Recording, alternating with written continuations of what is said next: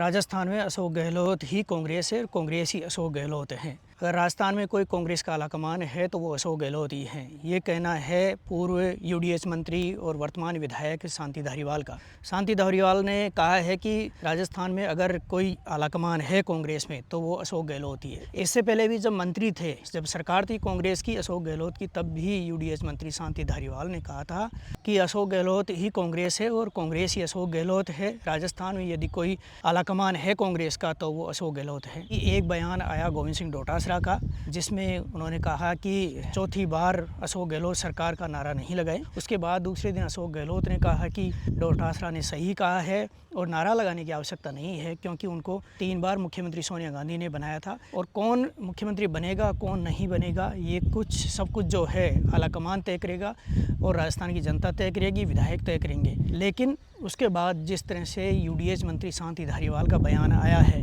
उससे स्पष्ट हो गया है कि अशोक गहलोत का जो खेमा है वो एक्टिव हो चुका है और अशोक गहलोत जिस तरह की राजनीति करते हैं, जिस रणनीति से राजनीति करते हैं, वो एक बार फिर से दिखाई दे रही है।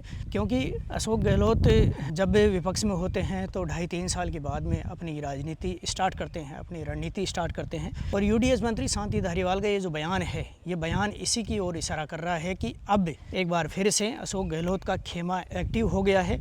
और इस बार निशाने पर, क्योंकि गोविंद सिंह डोटासरा पीसीसी चीफ हैं तो वही हैं, उससे पहले सचिन पायलट थे, अभी सचिन पायलट राष्ट्रीय महासचिव हैं। इस वजह से वो निशाने पर नहीं हैं, वो राजस्थान में कम ही एक्टिव होते हैं, रहते हैं। लेकिन इस वक्त गोविंद सिंह डोटासरा पीसीसी चीफ होने के नाते एक्टिव हैं और वही निशाने पर हैं। तो अशोक गहलोत का खेमा जिस तरह की राजनीति करता है, अशोक गहलोत की जो रणनीति होती है वो रणनीति शुरू हो चुकी है। 2.5 साल राजस्थान की बीजेपी की सरकार को हो चुकी हैं, तो अब अशोक गहलोत अपने पक्ष में माहौल बनाने का प्रयास शुरू कर चुके हैं। क्योंकि इस बार गांधी परिवार का जो है भरोसा संभवतः अशोक गहलोत पर उतना नहीं है। 25 सितंबर 2022 की घटना के बाद जब उनके खेमे ने सोनिया गांधी के खिलाफ खुली बगावत कर दी थी। अब देखने वाली बात यह होगी कि गोविंद सिंह डोटासरा यूडीएच मंत्री रहे, शांति धारीवाल जो वर्तमान में कांग्रेस के विधायक है कोटा से, उनको किसी तरह का नोटिस देते हैं, उनके खिलाफ कोई अनुशासनात्मक कार्रवाई करते हैं या फिर चुप रहते हैं। क्योंकि जब सरकार थी तब भी यूडीएच मंत्री रहते हुए शांति धारीवाल ने गोविंद सिंह डोटासरा को अध्यक्ष मानने से इनकार कर दिया था, तब भी उनके खिलाफ कोई एक्शन नहीं हुआ था। लेकिन तब कांग्रेस की सरकार थी और अब कांग्रेस विपक्ष में है, तो अब इस वक्त गोविंद सिंह डोटासरा काफ़ी पावरफुल हैं और इसलिए वो कार्रवाई कर सकते हैं। लेकिन जिस तरह से अशोक गहलोत अपने लोगों को बचाते हैं, उसके हिसाब से ऐसा लग नहीं रहा है कि शांति धारीवाल के खिलाफ कोई कार्रवाई होगी।